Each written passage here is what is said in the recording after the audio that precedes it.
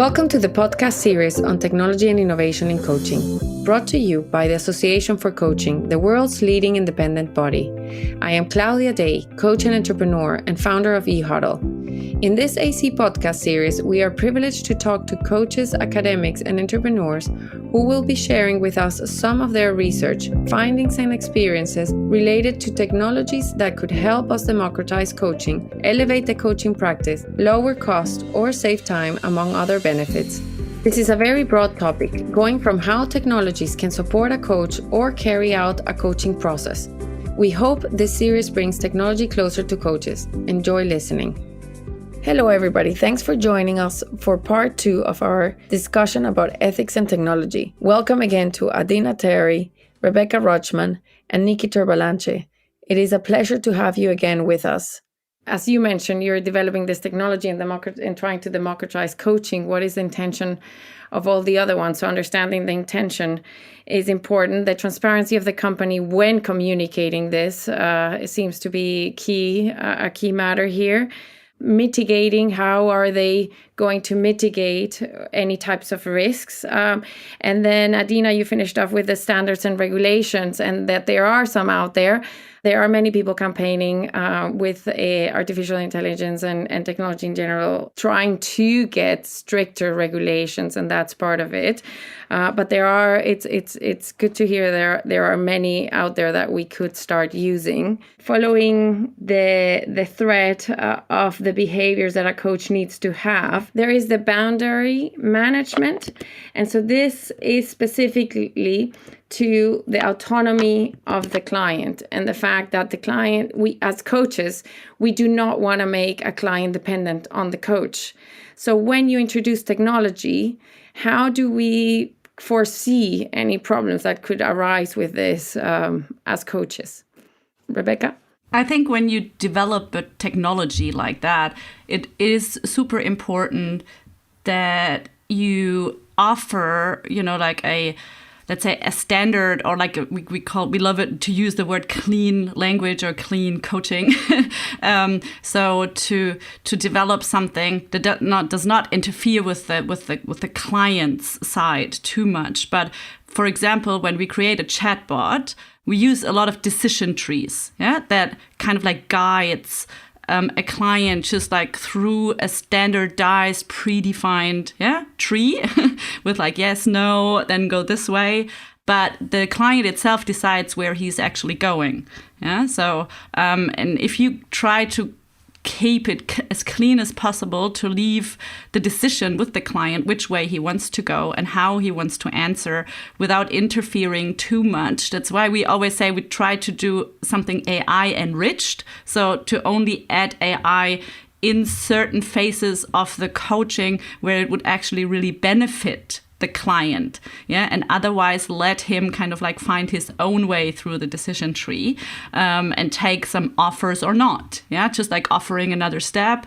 And if he chooses to go another way, it's totally his decision. So it's more like of a self-coaching process. I think the responsibility on which way he wants to go should not be determined by the machine, but by the client still itself. It's a good point, this. Is it the answer is, and I'll give the answer and then I'll say why. The answer is that we follow evidence-based practice, that we follow when we create AI coaches, chatbots in our case, Rebecca, that we use theories and we employ those theories like goal attainment or CBT or things like that as it is meant to be employed. Because just like AI and AI coaching can cause harm potentially or manipulate, the same can happen with humans, right? So a human coach that's not well-trained, or even worse, if it is well-trained and they know exactly what the coach is doing, can still manipulate people. So the best safeguard we have, I actually think a well-designed AI coach that uses sound theory that's implemented through evidence-based practice is probably safer than a human, because on the day a human could decide to have a strange streak or some detour it wants to take. I remember when I was trained as a coach, we were told when you ask a client questions, you shouldn't ask questions just because you're curious about what's going on in their lives. The question should be so that you can help the client. And when I coach, I still remember that because every now and then I'm curious. I know the questions I'm going to ask now is probably nothing to do with what we're talking about, but I'm really curious about what's going on in that part of the person's life. then I stop myself. So yes, I think if we follow evidence-based practice and theories and we employ that in the design of coaching, and we are transparent about the algorithms, again, that comes back to transparency. And if there's an external body that can verify that, that's what we're doing with ICF at the moment, to double check. It could even be safer and less manipulative than human coaching. I would also say that it depends what kind of coaching you do, actually. And I would say that while safety is a general rule, how you apply it depends on what kind of coaching you do. Because if you do a sort of transformative coaching and generative coaching, then really curiosity is actually a very good tool to direct the client into spaces that maybe they are tentatively going, and you may notice a little interest there, but you may say, okay, let's open that door, go and explore a little bit. But I was going to introduce also another aspect of that, which is that actually all these applications that people have access to, starting from health and lifestyle and measuring this and all the biometrics and so on, are effectively self-coaching tools, linking to what Rebecca was saying. We have an entire generation of millennials and the younger people who are actually used to self-monitor, who are actually used to self-coach, even if they don't call it that, because they are constantly guided by devices. They know how many steps and they know what they've eaten, and there is a long list of products that is sold to them in order to give them feedback with information.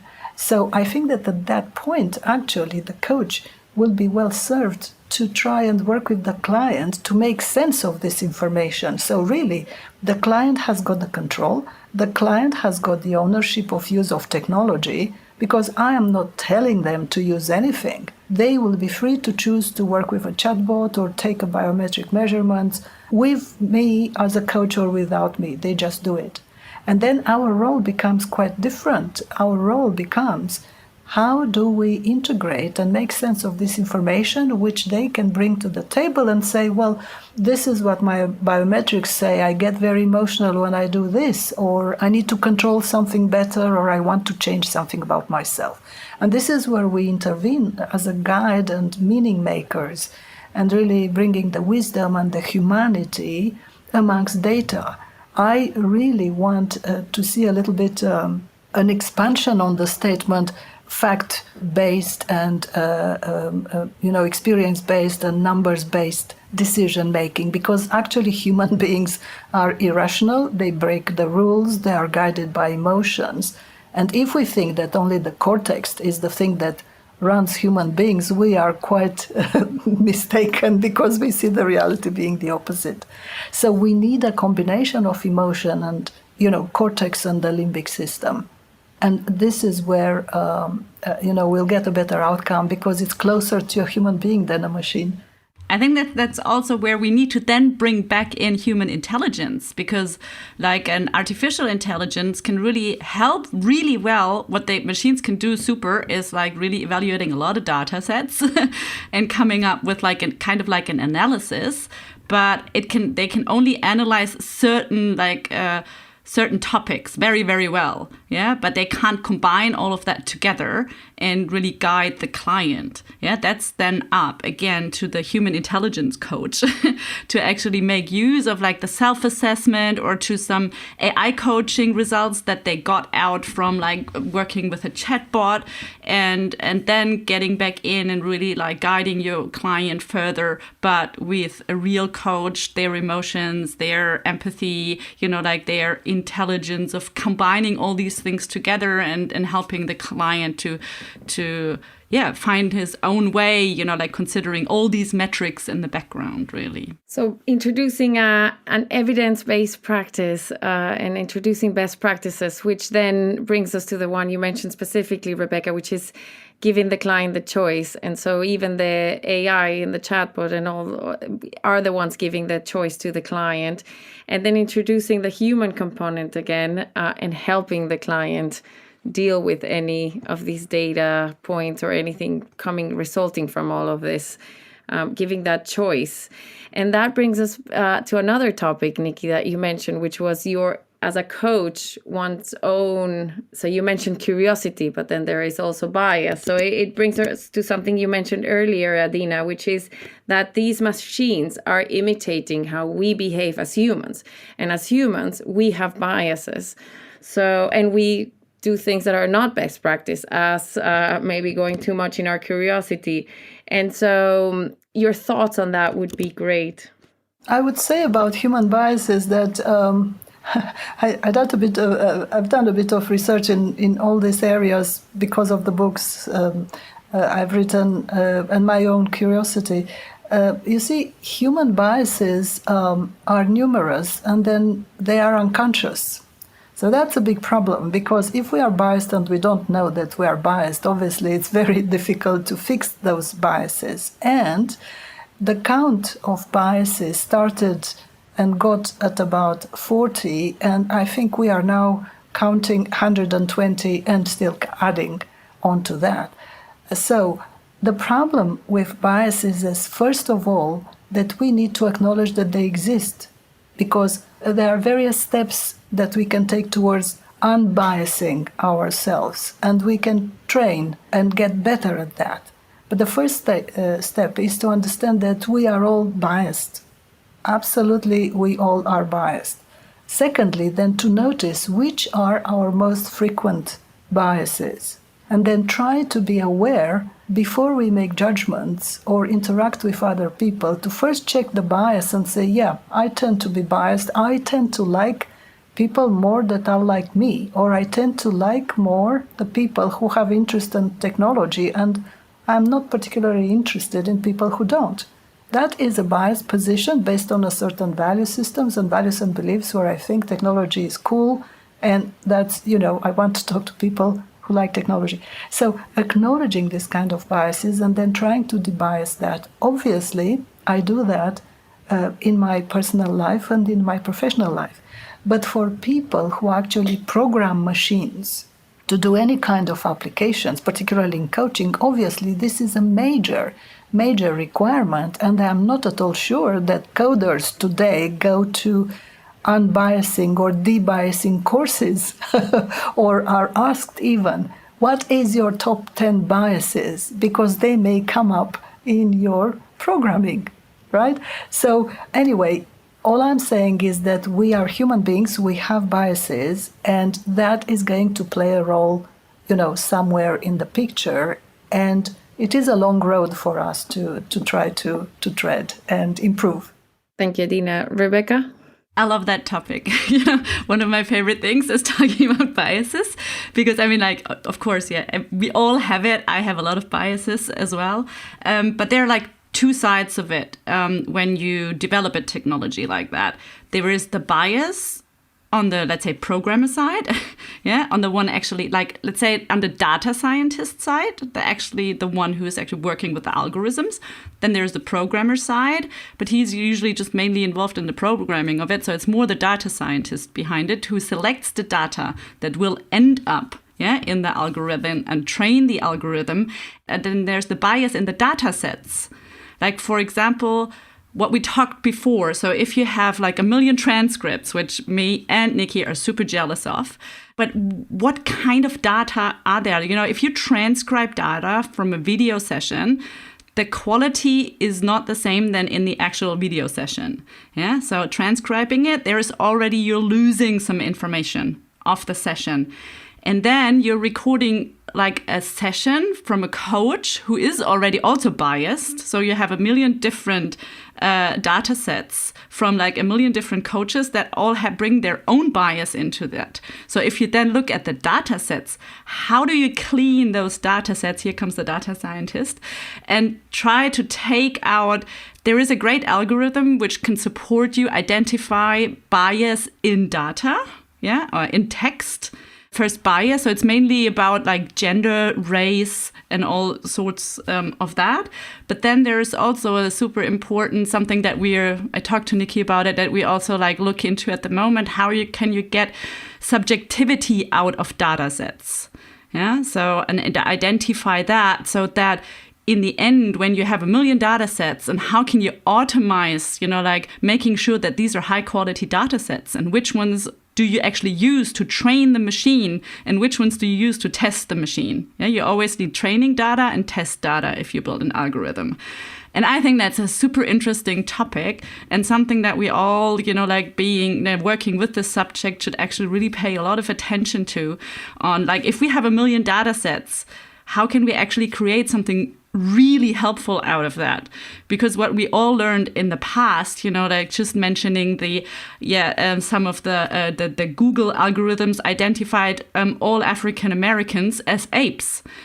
This should never ever happen. And in coaching, this is even a lot worse. Yeah, if you're wrong, identifying something in your coaching session, your coach usually gets up and goes. Yeah, he's like, oh, no, you can't judge me like that. And that happens in in a digital environment as well. He's just going to break off the session and leave. And so how do we ensure that there's a high quality use of data? Nicky. This is very fascinating. I mean, I'm not an expert on biases specifically, but what Adina and Rebecca said now just triggered a few things in me. Maybe we will never get to a point where we have data that is unbiased. Maybe it's just impossible, Adina, to your point, because if data is generated, data are generated, it's a plural, I keep forgetting, by humans, human conversation, then it might always, so maybe it should come with a disclaimer, like when you buy a bicycle, it says, warning, this may cause you to break your leg and your arm. Right? So maybe something like that. But then again, also, our bias is not sometimes a good thing. It's interesting if you had to look at the narrative of, let's take just gender, for example, right? If we rewind 50 years and we would look at media and TV reports, the way men and women are portrayed would be maybe favoring the male side more specifically. That was the bias at the time. Now, these days, I have 2 daughters and a wife, so I'm very aware of I get reminded of it regularly. There's a high likelihood that there's now a bias towards females, for example. In certain situations. And maybe that is necessary for a self-correcting movement of humanity to go to a place where there will eventually be equality. We won't find the answer now, but maybe biases are not all wrong, and maybe it's just about acknowledging them as far as possible so that people know what they're in for. That's my thoughts on that. Yeah, I think you're absolutely right. I think we cannot, it's very interesting because we are dealing here with complex adaptive systems, really. And we cannot draw conclusions that are linear and where the causality is so simple. Because sometimes, we are biased as human beings to go and rescue other human beings. And guess what happens? I get killed in the process. That's not smart at all.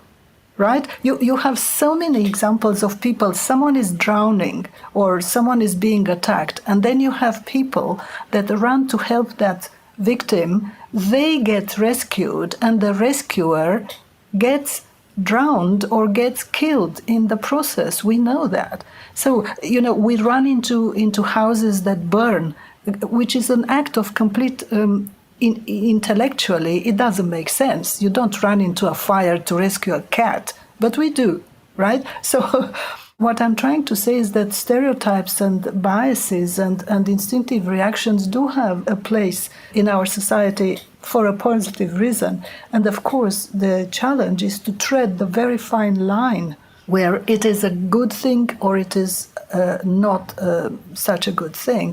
So one general comment I would make about data is that data has never been clean and good and pure in any kind of applications. I have friends who are systems architects and they work in banking and in other big corporations.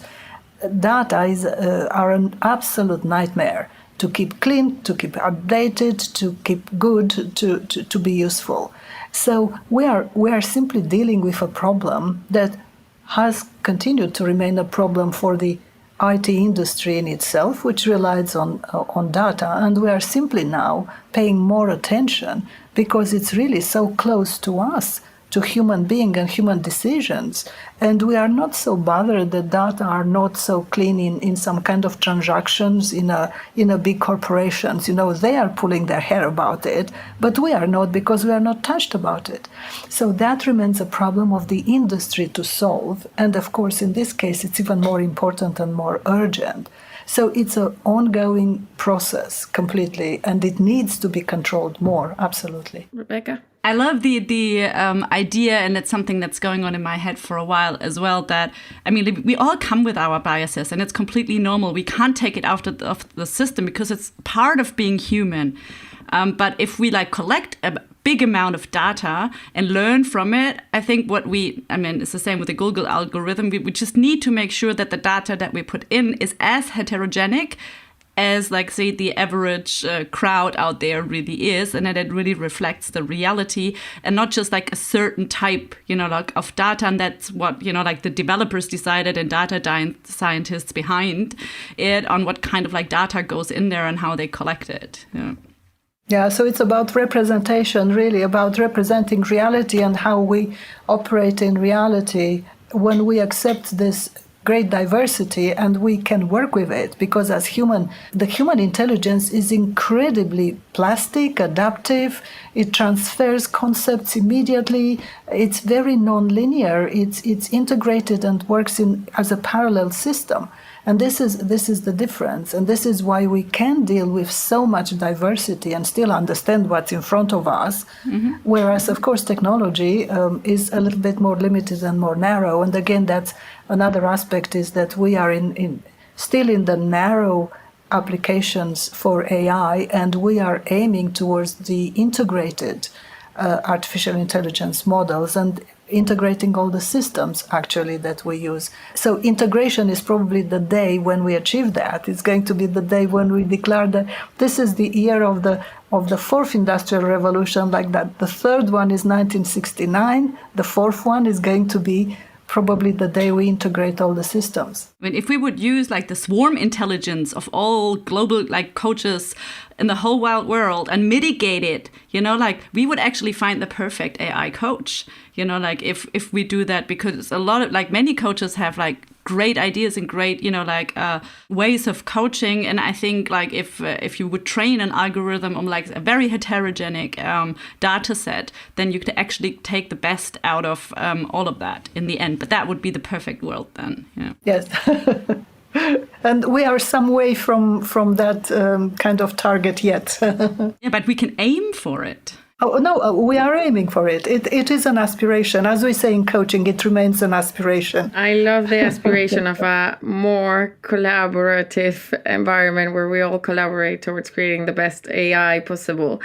And in this process of self-management, where it needs to recognize bias, opinion, and stereotypes that could impact the coaching session, we need to be conscious that it's an ongoing process and that biases will arise. But I loved Nicky's side of it as well, where he says it might be positive that when we identify these biases, because it will tell us as a society how we can improve and how we can become a better society. Looking into that positive side of it, I'll move to the next topic that we can cover today, which is competence. And so as coaches, we have the side about meeting standard requirements to be able to perform our jobs. And so in the case of coaching, we are expected to have some kind of coaching training to continually be developing into better coaches.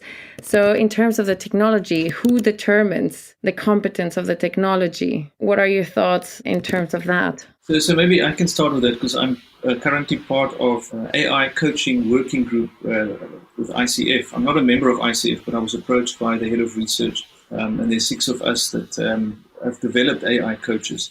And we came together at the beginning of this year, not really knowing how it's going to pan out, but we set out to create some kind of standards framework, similar to how human coaches, when they go through credentialing, how they are assessed. I was surprised what came out. In fact, the approach was quite simple. Initially, we fell around it, but not sure how to approach it. And then I suggested, well, why don't we look at the current human coaching competencies? Let's take that as a start and see which of that are applicable to AI or not. Some of them were not. Some of them really were, I think, obviously. And then the additional things that gets added. So there should be an announcement fairly soon, but I think the ICF is almost ready to release their first set of guidelines so that creators of AI coaches can then they can measure their AI coach against these set of hopefully objective measures. And that would then be a way, just like you have an ACC, PCC, and MCC human coach, you could have some kind of measurement against that. And it won't be perfect, but it's a start. And once we get feedback from the industry by involving more people such as yourselves, I think we can refine it. So I think that would be one way to help regulate and manage the process. Well, thank you for that. That's definitely something to look forward to. And with that, we are going to close this episode. Can the listeners have some last comments from you to close, some closing statements? Rebecca? I think my closing statement would be to add also to Nicky, just be curious, look out, like what the technology is actually doing, how it can really like support you in your coaching business, and always watch out for how the data is being used in the technology. Nicky? Yes, I've also learned a lot from this discussion today, and I always end my lectures on AI coaching by saying AI is here to stay, it's not going to go away. Whether you like it or not, whether you feel threatened or not as a coach, I think it has amazing potential, as I keep saying, for democratizing coaching. In Africa, where I'm from, the continent of Africa, South Africa, we can really help people who normally can't afford coaching. So we have to balance the ethical side of it with the immense advantages. And I think today's talk would give the listeners some practical suggestions and ideas of how to go forward. So educate yourself, because it's not going to go away. Adina? Yes, I think that we need to remember that technology defines human civilizations. There is no other life form that has civilization, and civilization is defined by technology and trade, actually. So we need to embrace technology because it's an outcome of our very specific ingenuity, and it has so many applications that have already changed our lives for the better. Think of electricity. Think of all the devices that we use. So technology in coaching can be very, very beneficial. And we need to understand that in the future, as in the past, it comes as a package with risks and benefits, and that we need and can mitigate the risks in order to maximize the benefits. And so we need to be open, optimistic, professional, vigilant, but also hopeful and really embrace the future. Thank you so much for giving your time to talk to the listeners a bit more about ethics. And as we were saying, this is such a rich discussion that we could have a whole series about it. But we tried to summarize it here as an episode. And thank you so much for taking the time. It's a pleasure. You're welcome. Pleasure. So thank you for listening to another episode by the Association for Coaching. I have been Claudia Day. Our purpose is to help coaches in the process of navigating the new technologies that are arising in this field. If you would like to find out more, please follow us on LinkedIn or explore our webpage at theassociationforcoaching.com. There you can keep up to date with our latest episodes and conversations, as well as our digital learning calendar.